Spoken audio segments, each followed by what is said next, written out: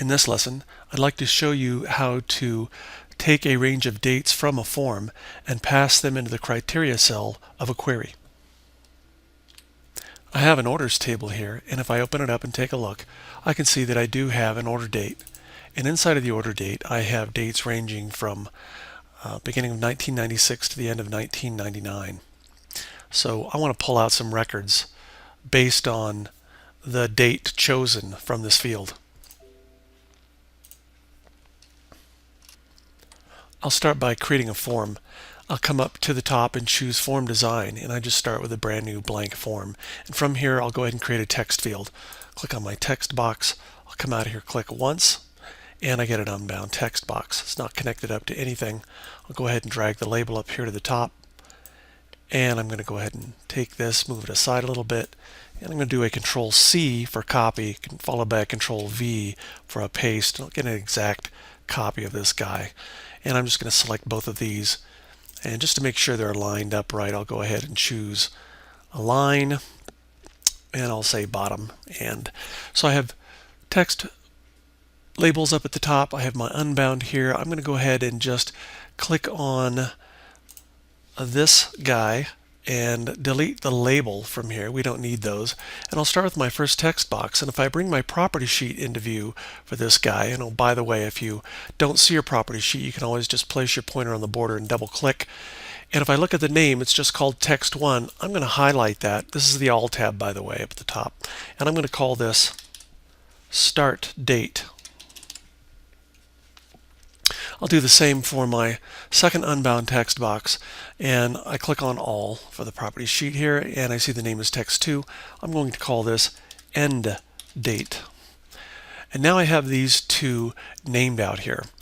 I'm going to go ahead and save my form and give it a name. I'm going to go ahead and close the form. It asks me to save changes. I'll say yes, and I'll just call this Sample, and I'll click OK. And now I see my sample form out here. If I double click on it, I just have my two text boxes living out here empty. I'll go ahead and just close the form for now. Next, I'll create a query. Start with a blank query here. I'll go ahead and choose a couple of tables. I'll choose my customers table and my orders table. And from my customers table, I'll pull down my company name, and I'll pull the order date from the orders table. Now down here in the order date, what I'd like to do is go ahead, well, let's first run it. And I see that I end up with a whole range of dates. If I were to sort these, you can see they start in 96, and I end up with 830 records, 830 orders out here. And they run all the way up to 1999.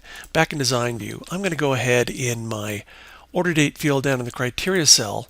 I'm going to right click in here and click on my zoom tool. Maybe you can't see this. Let me pull this up a little higher.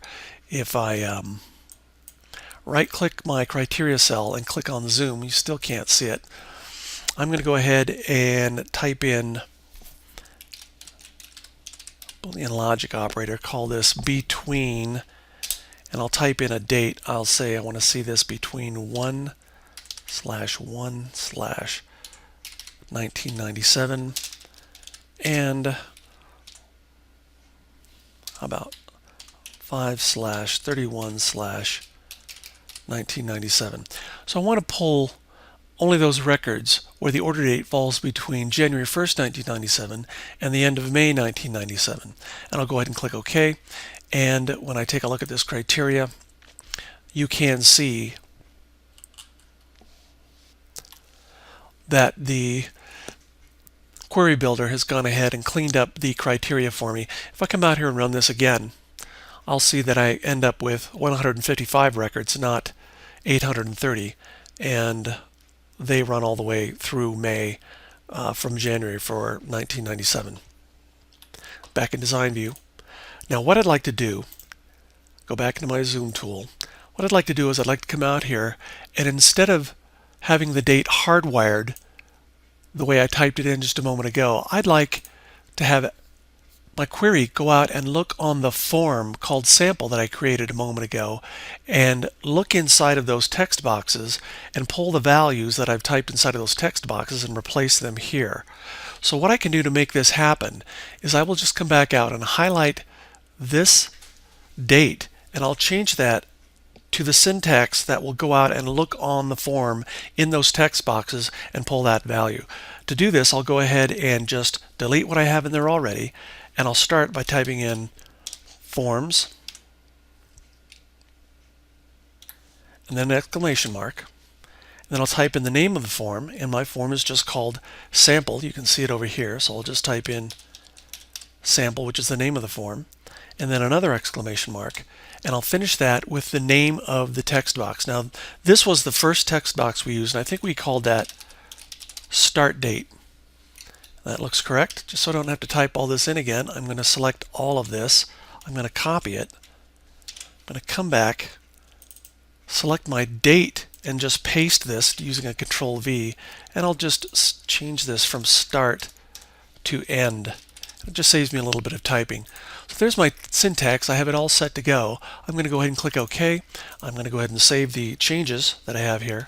And my query hasn't been named yet, so I'm just going to come out here and call this sample query. And I'll click OK.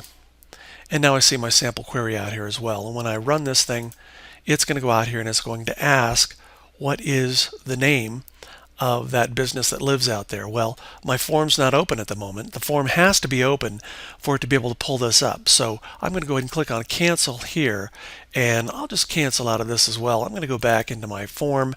In the start date, I'll go ahead and type in 1/1/1997, and just like we did before, I'll say 5/31/1997.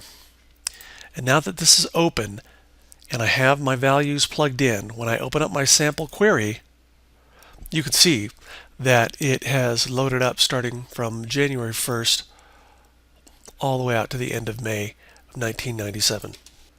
Go ahead and close my query. What might even make this a little simpler is if I create a button on the form that when I click it, it will go ahead and open the query without having me to go out and open the query myself. So I'm going to take one more step here. I'm going to right click on this guy, go to design view. I'm going to click on my command button tool, just click on this, it fires up the wizard.